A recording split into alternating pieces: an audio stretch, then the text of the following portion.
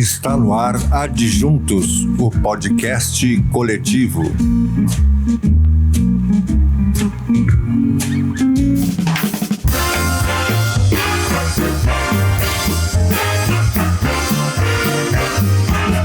Rua da Margem.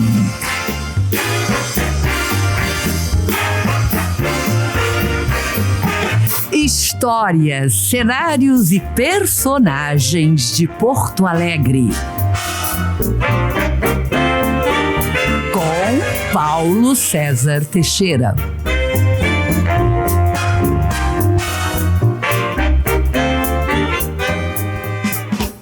Tá no ar mais um podcast do Rua da Margem. Hoje eu tô aqui com um rapaz que ele é um bicho do mato e, no entanto, é um cidadão do mundo. Criado ali na volta do Veludo, em Belém Novo, na zona sul de Porto Alegre. Ele tá sempre de malas prontas para mostrar o trabalho dele em qualquer parte desse planeta. Amaro Abreu. Como é que eu te chamo? Tu é um grafiteiro, artista de rua? Como é que é essa parada? Então, eu acho que a arte de rua, né, arte urbana, foi o que me levou mais longe, assim, né, pra, enfim, abrir portas para poder viajar, conhecer gente, participar de festivais, sair do país, né, viajar. Acho que foi uma das principais, assim, que me abriu portas. Mas eu gosto de explorar várias linguagens artísticas, né, não, que às vezes tem uma tendência, assim, dos artistas se fecharem numa caixinha. Numa caixinha, num estilo, em alguma coisa. Numa linguagem, apenas uma linguagem. Né? Como quadro, a arte urbana. E, claro, a arte urbana, que nem eu falei, é meio que o carro-chefe, assim, me abriu muitas portas. Mas eu já fiz animação pra videoclipe, já fiz coisas pra teatro, maquiagem, enfim, explorei várias outras linguagens que têm a ver com as artes visuais, né? E que eu gosto, assim, de expandir, né, essas outras formas, essas outras linguagens artísticas. Então, enfim, eu acho que dá pra se chamar de artista. Mas E esse livro, inclusive, é explorando a escrita, né? Tu tá falando do novo livro que tá em gestação. Isso. E que tá num processo de captação agora, de recursos, né? Como é que é esse novo livro? Então, o livro vai ser... Já tem nome, não? Sim. O livro é O Islã e a Maçã, né? O Islã e a Maçã. Isso. Depois eu vou explicar o porquê do nome. E o livro vai ser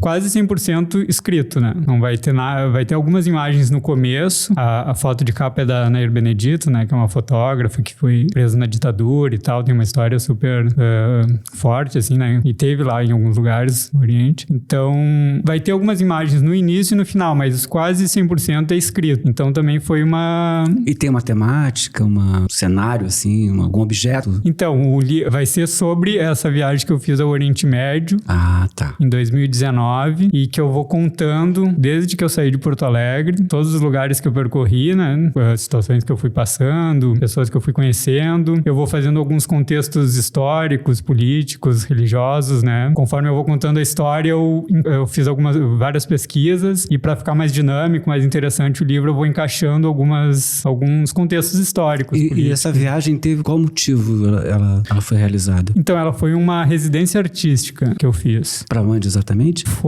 Os lugares que eu viajei foi Cairo, em primeiro lugar. Egito. Que não é Oriente Médio, né? É norte da África, mas é cultura muçulmana, Sim. Cultura árabe, que é praticamente Oriente Médio. E daí depois fui pro Cairo, Alexandria, que era a antiga capital do Egito, né? Dahab, que é uma praia um pouquinho mais ao sul do Egito. Inclusive, tu consegue ver a Arábia Saudita do outro lado, né? E daí, inclusive, ali perto tem uma praia que é Santa Catarina. A praia chama-se Santa Catarina. Chama Santa Catarina, que na viagem eu descobri que é uma santa, que era de Alexandria, né? Católica, cristã, e ela fez uma peregrinação até essa praia, tá? Olha só. E fui lá que eu fui descobrir, né? E algumas coisas dessas eu conto no livro, né? Curiosidades. E perto dessa praia, eu acho que era do lado até de Santa Catarina, tinha a praia que era exatamente o lugar onde Moisés desceu com os hebreus, abriu o Mar Vermelho e passou com a galera toda, assim. Nossa, que lugar. E, inclusive, eu não pude ir. Lugar sagrado. Eu não pude ir nesse lugar porque eu torci o pé durante a viagem, né? Eu conto isso no livro, né? E... o viajante tá sujeito a...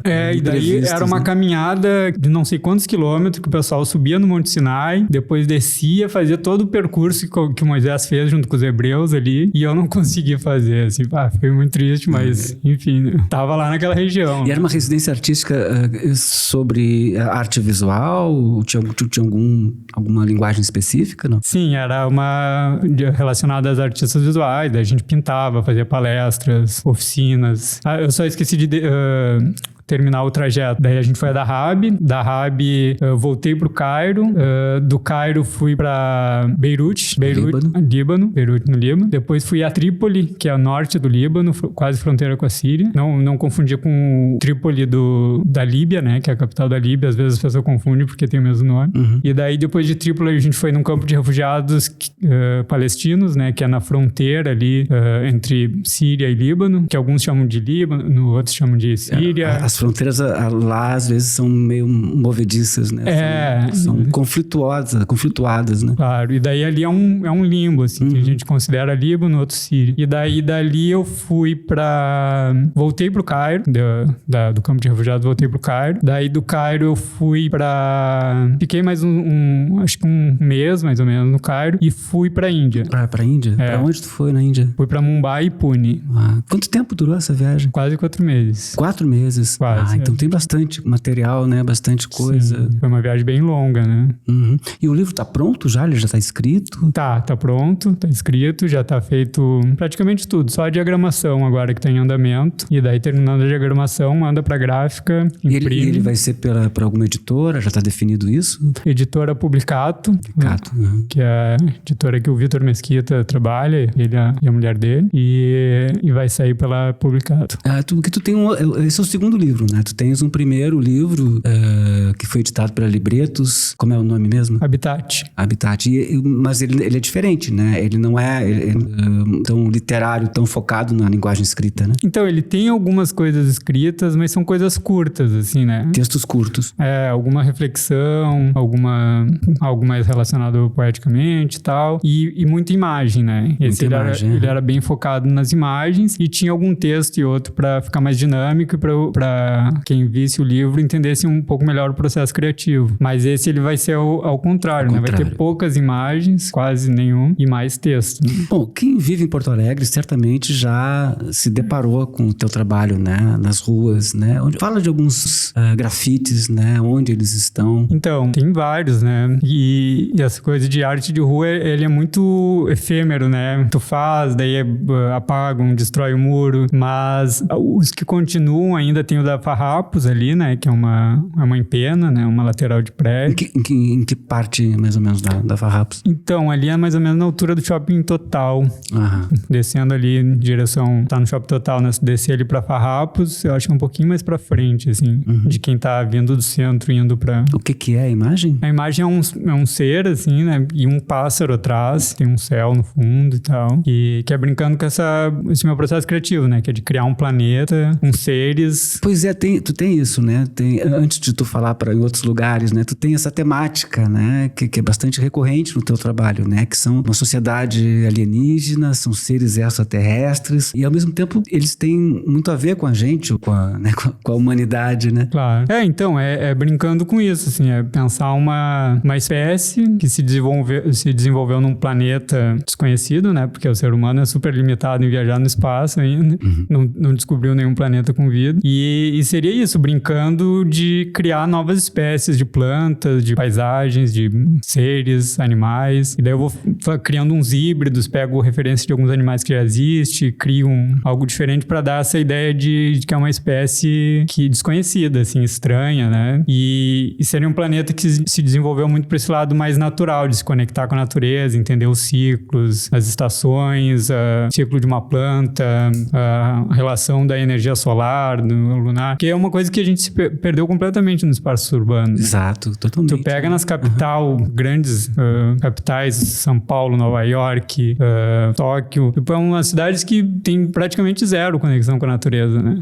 Tu come industrializado, tu vai no mercado e compra comida, tu vai na farmácia e compra remédio, não sabe a matéria-prima de nada. Perdeu essa conexão, né? Com o natural. E o remédio, ele tem uma origem normalmente de uma planta, a comida normalmente tem de uma planta ou de alguma coisa que vem da natureza, né? E a gente perdeu completamente essa noção de... Mas aonde mais? Aonde mais que tem teu trabalho resiste a essa coisa efêmera em Porto Alegre, né? Tem na Cidade Baixa, ali na Rua Alberto Torres, tem um também. Que é na casa do teu tio, né? Do Santiago. Santiago. E do Roberto. E daí Roberto é o outro tio. É o outro tio. Uhum. Que eles moram junto, né? É umas casas. O Amaro é sobrinho do Santiago, né? O cartunista multipremiado Santiago. Sim. E é filho também de dois amigos meus, né? O Luiz Abreu, fotógrafo, e a Rosina Duarte, jornalista, minha colega no Diário do Sul. Legal. Querida Rosina, né? Uma grande jornalista. Sim. Então, ali na Alberto Torres, na fachada da casa, do sobrado ali do Santiago e do Roberto. São 4 casas germinadas, né? Que é tudo junto, assim. Daí foi um projeto da Cabify ali, que era uma espécie de Uber, né? Que eu acho que agora sumiu. E daí eles, na época, estavam querendo expandir fronteiras aqui em Porto Alegre. Querendo estabelecer relações com o local, assim, com a coisa local, né? E daí eles estavam financiando vários projetos, assim, dando bastante Alberto grana. Torres é uma travessa de uma quadra só, que fica entre a Lima Silva e a José do Patrocínio, né? Pra quem quiser se localizar. E daí ali tem um também.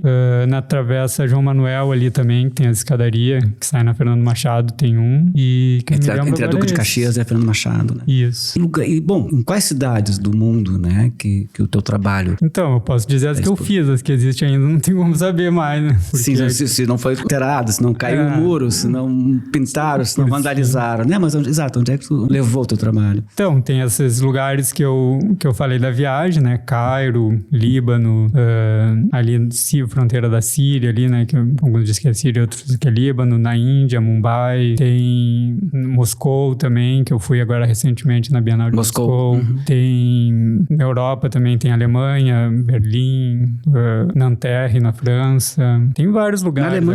Na Alemanha, até nas ruínas do muro de Berlim, né? Tu chegasse a fazer um trabalho, né? Essa história foi muito louca, né? Porque eu me lembro que eu tava junto com a Anne, que é uma amiga que mora lá, né? Morou aqui em Porto Alegre um tempo também. E daí eu pintei nas ruínas e fui dar uma volta, assim, a gente foi comer um lanche e tal, e voltou, quando voltou já não existia mais.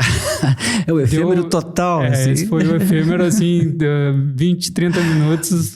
O pós-moderno em essência. Porque é isso, né? O Muro de Berlim, muita gente quer pintar, assim. Eu me lembro que tinha uma camada grossa, assim, de tinta. Conseguia ver as linhas, assim, de, sei lá, quantas mil pinturas ali, uma também por cima da outra. Na Argentina, né? Espanha, México, Argentina, Paraguai, Uruguai, quer dizer, muitos lugares, né? Sim. Que legal isso. Que tu fala, né? Desses seres extraterrestres, né? Que brotam da tua imaginação, né? Que ao mesmo tempo tem uma conexão com a natureza, com o natural. Tem muito a ver com a tua infância, né? Como eu falei. Com certeza. Que foi passada na volta do Veludo, ali em Belém Novo, né? E sabe quando eu fiquei sabendo, um dia eu encontrei a Rosina e ela me disse, tô morando lá no Veludo e tal. E o meu filho tá estudando no colégio, na escola local, né? E, quer dizer, tu vivesse na comunidade local, tu cresceu como um verdadeiro, autêntico habitante de Belém Novo, do Veludo, né? E é um lugar ali que tem uma natureza muito forte, né? Sim. Inclusive o meu apelido quando era criança era Mogli, o Menino Lobo, né?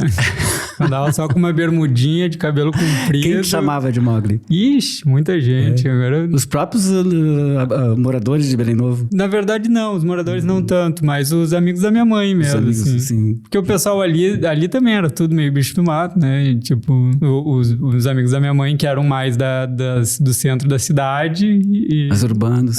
E eu andava de pé descalço, cabelo comprido, sem camiseta. Mas eu queria dizer que não me surpreendeu, porque a Rosina, eu conheço ela há bastante tempo, ela sempre foi muito convicta, né? Sempre muito firme nas suas convicções, né? Então ela achava que já que tinha escolhido morar em Belém Novo, né? Tinha que realmente assumir a condição de viver naquele lugar, né? Não, e é super saudável, né? Com uma criança, um colégio público e tal. Criança, adolescente tá ali, caminhar de pé descalço, correr, brincar no mato, jogar bola. E foi uma infância também ali no década de 90, né? Final da década de 90, tinha pouca internet, então era tomar banho de rio, rio, jogar bola, brincar na rua, né? E isso é super saudável, é uma coisa que no espaço urbano se perde também, né? Os pais têm medo de ser atropelados, ser assaltados, ser sequestrados, sei lá, o espaço urbano é um medo constante, né? E ali eu vivia solto. Sim, até hoje a estrada ali que contorna ali o Morro do Veludo, não, é a Praia do Veludo, né?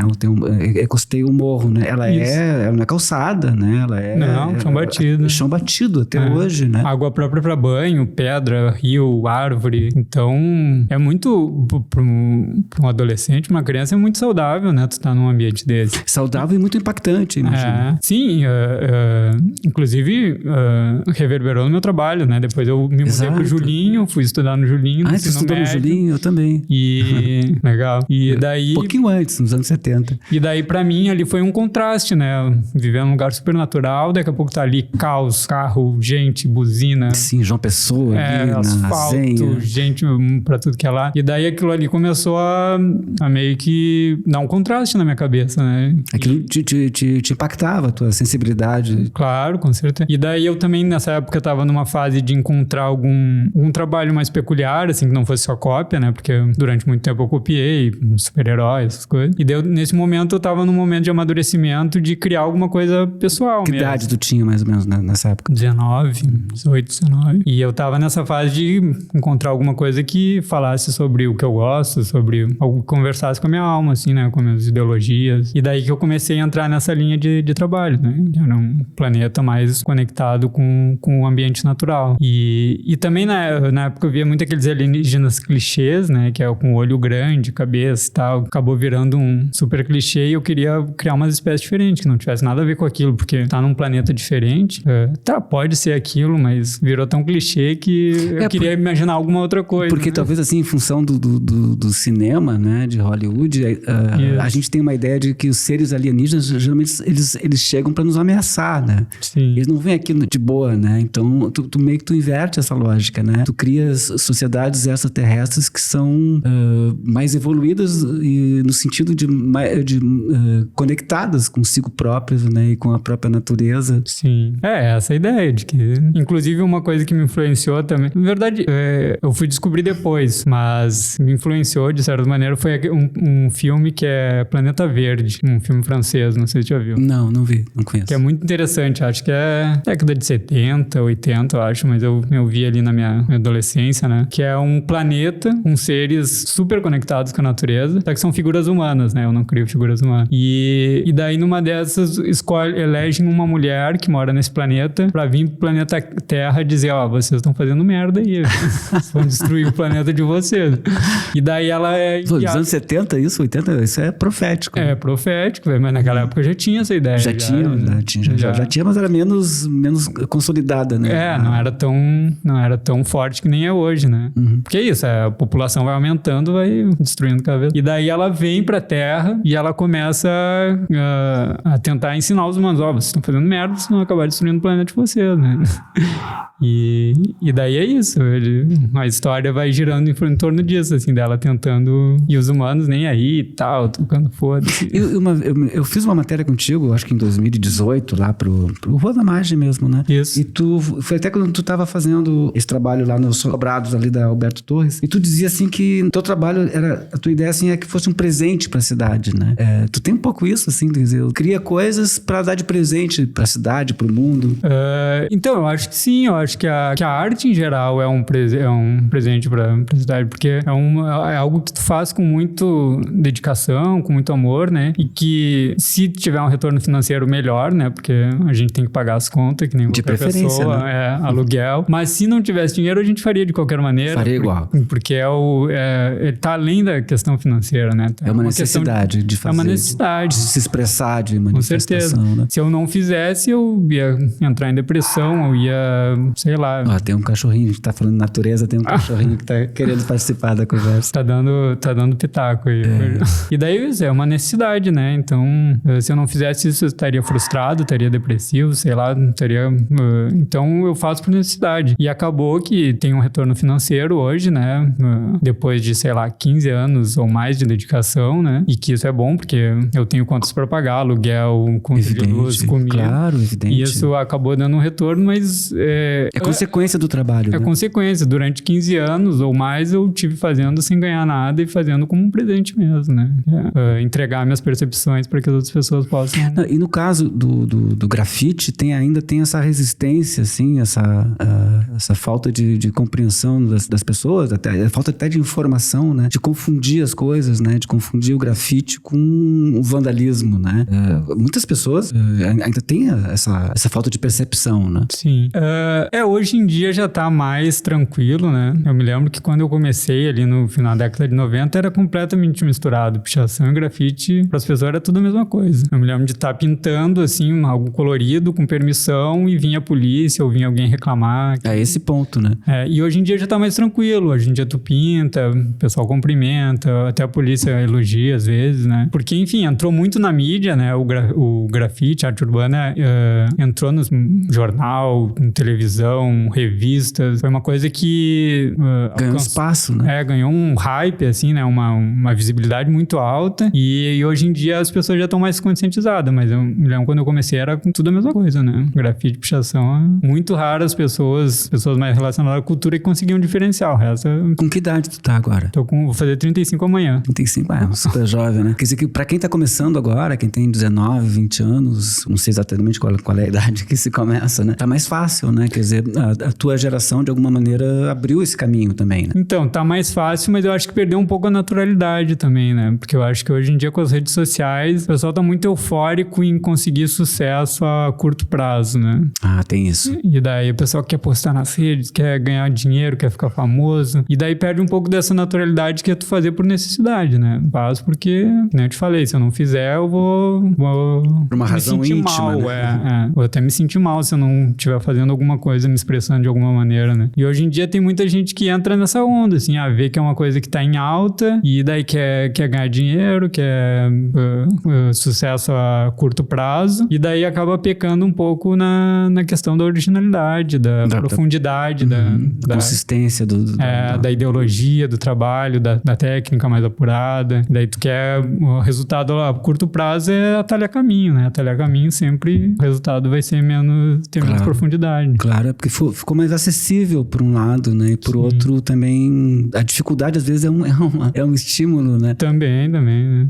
Mas eu acho que não sou também contra a democratização, essas tecnologias, né? Eu acho que tem muita coisa positiva, inclusive pra mim, né? Hoje em dia tá conseguindo sobreviver de arte, tá muito relacionada a essa tecnologia, mas eu acho que é uma coisa de se pensar, assim, né? E além do livro, né, o livro tá pronto, né? Vai passar por esse processo agora em fevereiro termina, né? Deve terminar a captação agora em fevereiro, né? Início de março, e tu já tá com a mala mais ou menos pronta pra voar de novo por aí, não? Então, agora tô meio parado. Acho que janeiro, fevereiro estamos nessa função aí do livro, né? Final de fevereiro acaba a pré-venda. E eu tô pensando em ficar esse ano um pouco mais parado também, porque esse ritmo de viagem é um pouco exaustivo, né? O aeroporto, ficar esperando as conexões de avião, mala pra tudo quanto é lado, chega em casa a vida toda bagunçada, tem que ajeitar tudo, arranjar lugar pra morar. Tu mora onde, em Porto Alegre? Tô morando na Riachuelo ali.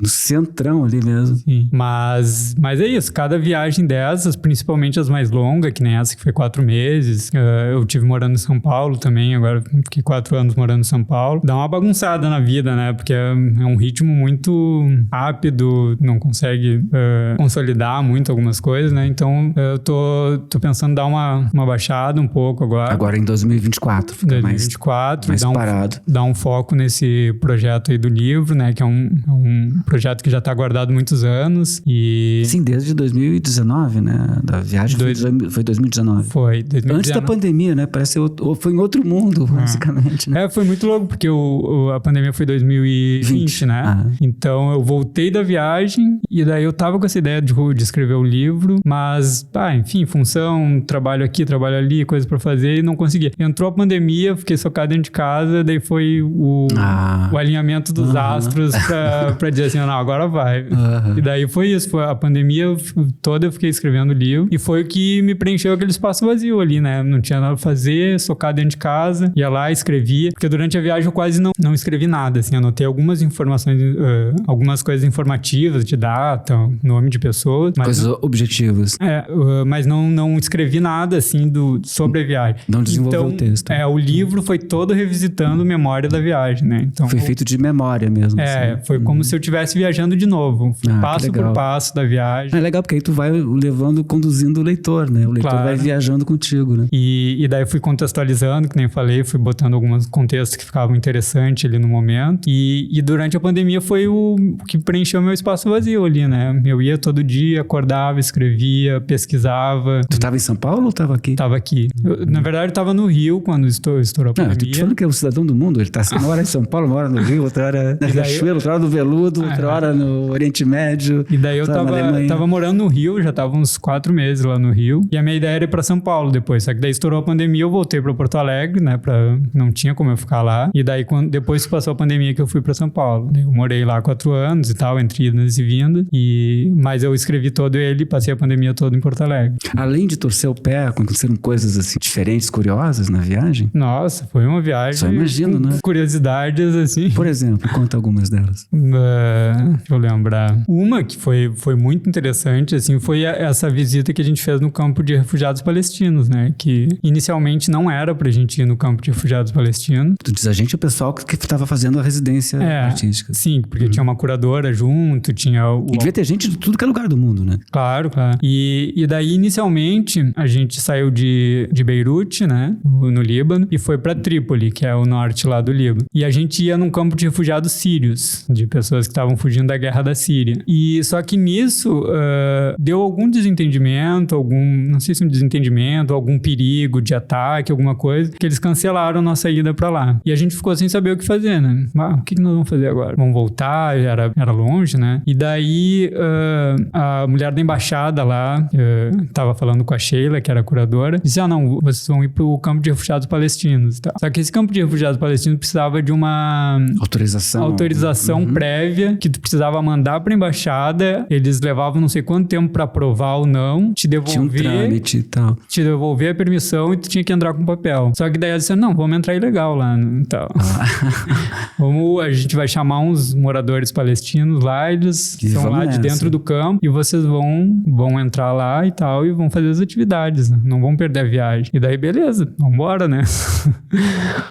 Bota o cinto e vambora. E daí, chegou lá, e daí esse é um campo de refugiados gigante, né? 40 mil palestinos. 40 mil pessoas. Ele foi criado em 1949, ano depois da criação do Estado de Israel. E tem quase 70 anos, mais de 70 anos, eu acho, né? Fazer as contas. 49?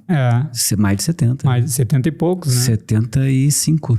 40 mil habitantes. E ele é uma cidade. Tem prédio, tem casa boa, tem restaurante, loja de roupa. É o provisório que se transforma no permanente, né? A precariedade, dentro de uma condição de precariedade, deve ser assim também figuras humanas, assim, né? O contato humano, assim, deve ser muito forte também, muito impactante. E a receptividade do pessoal, né? Também, né? Porque é um lugar que quase não recebe atividades culturais, mas vocês faziam o que? Vocês fizeram oficinas lá? Vocês fizeram Fizemos oficinas, fizemos pintura.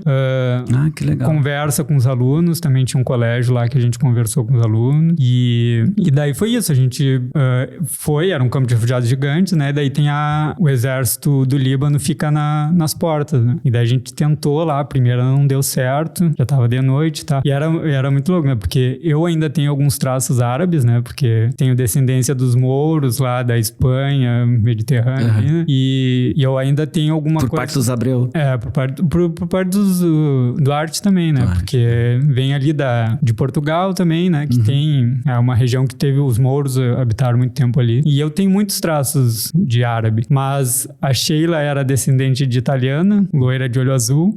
E o Alberto era pele escura e uns dread até a bunda. E a gente tinha que passar como palestino. Porque se eles descobrissem que a gente não era palestino, a gente não podia entrar, né? E só tu ia entrar. Só que daí o que a gente fez? A gente já tava de noite. O Alberto botou o cabelo pra dentro do casaco. Escondeu os dread. E botou um capuz, né? E fingiu que tava dormindo. E a Sheila também, né? Botou um capuz e fingiu que tava dormindo. E daí fomos na primeira entrada. Lógico que não deu, né? Os caras meteram uma lanterna na nossa cara. O Alberto era negro.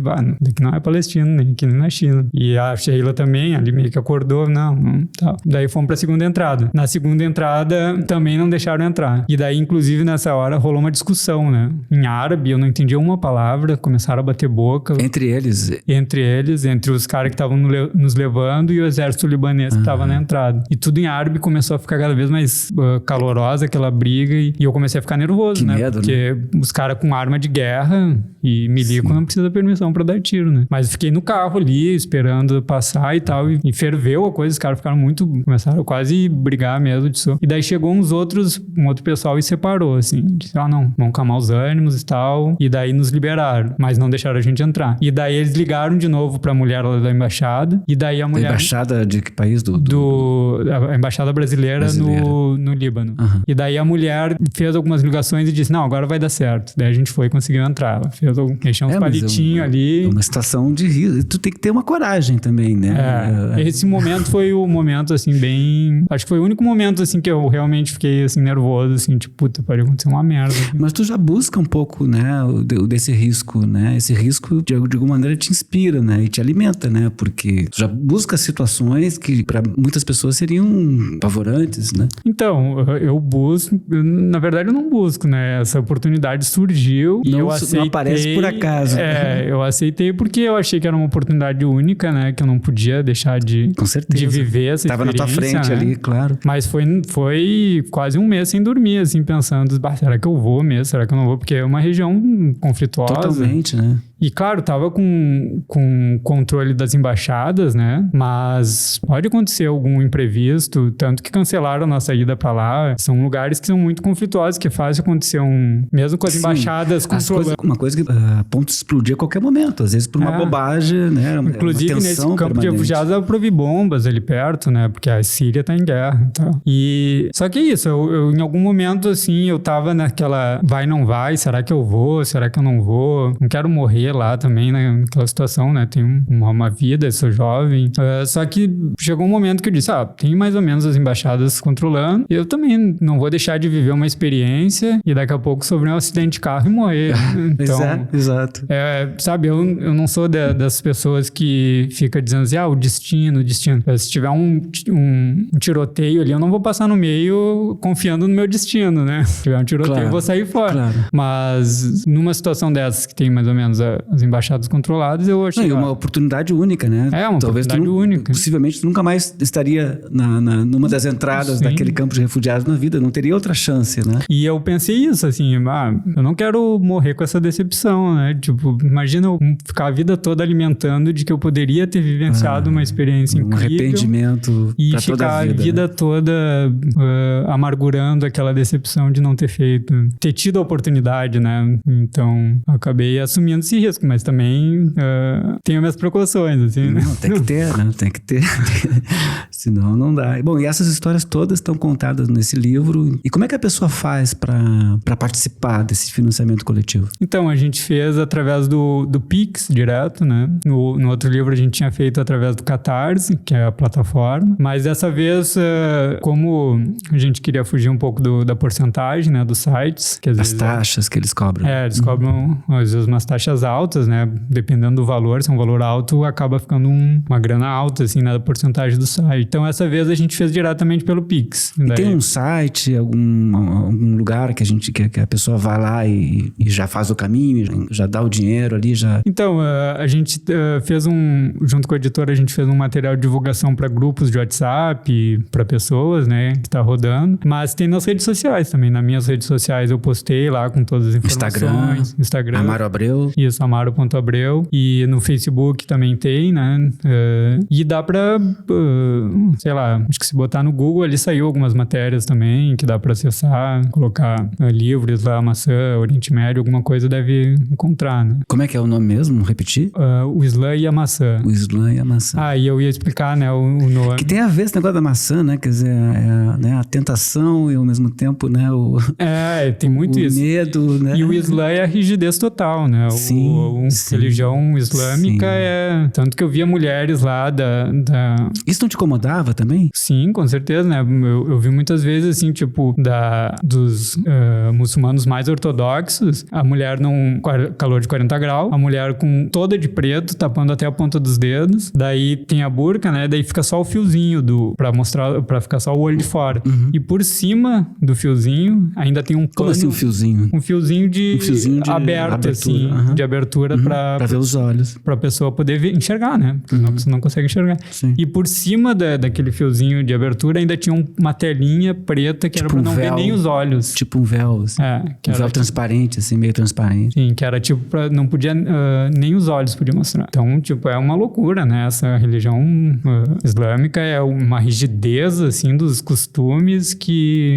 Não, e o que eu acho bacana é que tu, pela tua percepção de artista, né? Embora tu tenha uma ideologia, né? A gente percebe, assim, mas tu tá vendo as coisas como elas são, né? E a maçã, né? O símbolo da religião cristã, né? Que é o pecado. A tentação. A tentação, os pequenos prazeres. E a maçã também é muito representada com essa relação do capitalismo também, né? Que tem da Apple.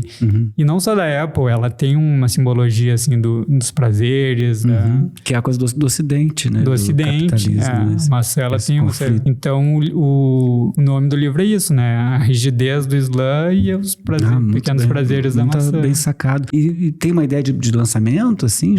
A editora tá prevendo para março, começo de março ou metade de março, já tá tudo pronto para botar nas livrarias, fazer lançamentos. Que legal. Entregar para quem pegou na pré-venda, né, o livro. Eu acho que é isso. Começo ou metade de março já deve estar aí pronto para todos. Então tá, Amaro Abreu, bicho do mato, criado na volta do veludo, naquele lugar paradisíaco. Sabe que a minha infância eu veraneava em Belém Novo, sabe? Nos anos 60, final dos anos 60, eu tomei banho ali eu tomava ali na Praia do Leblon, né? Em frente ali à garagem dos ônibus ali. Sim. Meus avós e meus tios, eu tinha um tio, e meus avós tinham casas lá. Era Bonanza, não sei se tu chegou a conhecer, né? Não. Meu tio botou Bonanza na fachada da casa porque era a época do seriado aquele de americano, de cowboys, da família. Bonanza e tal. Então, assim, muito, assim, a gente veraneava realmente, passava, assim, temporadas, assim, né? E ia todo fim de semana, a família se reunia em Belém Novo. Então, eu tenho muito carinho por Belém Novo, assim, né? É um lugar que eu até falo, assim, às vezes, né? Muito dos meus sonhos sempre tem o cenário de Belém Novo. Só assim. imagino. Pessoas que eu conheci nessas viagens, situações que eu vivi muitos anos depois que eu já tinha saído de Belém Novo, mas Belém Novo tá muito presente no meu sonho, assim. E tu sabe que eu e meu primo, o saudoso Ricardo Martins, que depois até seguiu uma carreira de designer, que tu também quase foi, né? Tu pensou em ser designer, né? A gente tinha uma revistinha que, assim, a gente fazia fofocas da turma, assim, né? De adolescentes. Era as dicas de New Belém. E o slogan da revista era assim, uma vila esquecida até por Deus. porque Belém Novo é isso, né? É um lugar esquecido que volta e meia pensa em se separar de Porto Alegre, se emancipar. E ao mesmo tempo o fato de ter ficado esquecido, né? Criou um álibi para aquele lugar se preservar de alguma maneira. Sim, né? é um oásis, né? Agora a especulação imobiliária tá chegando, né? Tem aquele processo ali, né? Daquelas terras ali, né? De quem vai por ali, que agora não tô lembrado do Pontal, né? Não, é o Arado. O Arado. O Pontal do Arado. Bom, o Arado, exatamente. O Arado eles estão fazendo tem uma questão mega empreendimento que tá faz anos, acho que faz mais de 10 anos, e é uma terra, inclusive, indígena ali, enfim. Sim. Mas, em geral, Belém Novo, assim, é um lugar, assim, que se preservou a zona sul de Porto Alegre, assim, mais afastada, né? Tipo uma cidadezinha do interior, mas com uma característica muito tipo Florianópolis, assim, né? Com árvore, pedra, muito natural, assim, né? Não é aquela coisa do interior do Pampa, né? Uma coisa mais natureza, assim. Sim, claro que água, Pampa também pedra, é natureza, mato, né? Uma vivência muito... É um oásis, né? Eu acho que é um oásis, que o espaço urbano ainda não... Eu até, uns 2 anos, 3 anos atrás, atrás, eu fiz uma matéria vocês podem procurar lá no Rua da Margem, no portal do Rua da Margem, tem uma matéria sobre Belém Novo, e contando a história de Belém Novo. Isso aí dá outro podcast, né? A gente começar a falar de Belém Novo aqui. Mas é uma matéria que, inclusive, as fotos eram do teu pai, né? Umas fotos lindíssimas, maravilhosas, que ele gentilmente cedeu, assim, as fotos, assim, de pôr do sol ali, né? Porque a tua casa dá de frente pro pôr do sol, né? Sim. É uma coisa assim... Não, atravessa a rua, tá no rio. E dá pro oeste, assim, né? Então tu vê aquele pôr do sol maravilhoso, mas vocês procurem lá no portal da Margem, que Belém conta a história de Belém Novo. Né? É um lugar especial. Tá sempre no meu coração. Amaro... E só um último detalhe que eu acho que é legal de falar também, é que o prefácio vai ser da Eliane Brum, né? Eliane Brum, nossa. Vai ter a Lelei também, vai ter 2 prefácios, um da Eliane e um da Lelei. E o pós-fácio, Lelei Teixeira. E o pós-fácio, que é o que finaliza, né, depois do livro, é da minha mãe. Da Rosina. Que ficou com o coração na mão quando eu tava lá, né? Não podia... Só imagino. E ela não sabia metade das coisas que eu passei, porque eu não falava. Eu dava notícia que eu tava bem e tudo. Mas certo, eu não falava... Mãe. Eu tô aqui na porta do campo de refugiados aqui, tá dando uma discussão aqui que eu não tô entendendo bem o que os caras estão falando, tô com as metralhadoras em punho, mas tá tudo bem, tá tudo tranquilo. Esses detalhes eu não especificava, né, pra não matar ela no coração. Da Rosina. Mas depois que eu voltei, né, que eu fiz o livro, eu passei pra ela e disse, quero que tu faz fácil. Daí ela leu, sabia metade das coisas que ela deve estar orgulhosa, pelo que eu conheço da Rosina, ela deve estar super orgulhosa, né? Mas ela ficou tensa nessa viagem, porque eu já tinha feito não ficaria, né? Eu já tinha feito outras viagens, mas essa foi a mais arriscada. Assim, essa tu te superou, né? Até eu fiquei meio tenso, né? Mas voltamos e agora temos um livro aí. Então, que legal. Então, vale conferir lá no Instagram, no Facebook do Amaro Abreu, ver como é que a gente pode contribuir financeiramente para que nasça esse livro maravilhoso. Amaro, obrigado. Eu que agradeço. Uma ótima oportunidade aí de contar um pouco as histórias, divulgar o projeto e te agradeço aí. Parabéns pelo teu trabalho e o podcast do Rua da Margem volta numa próxima oportunidade. Tchau, tchau. Adjuntos, a gente pode mais.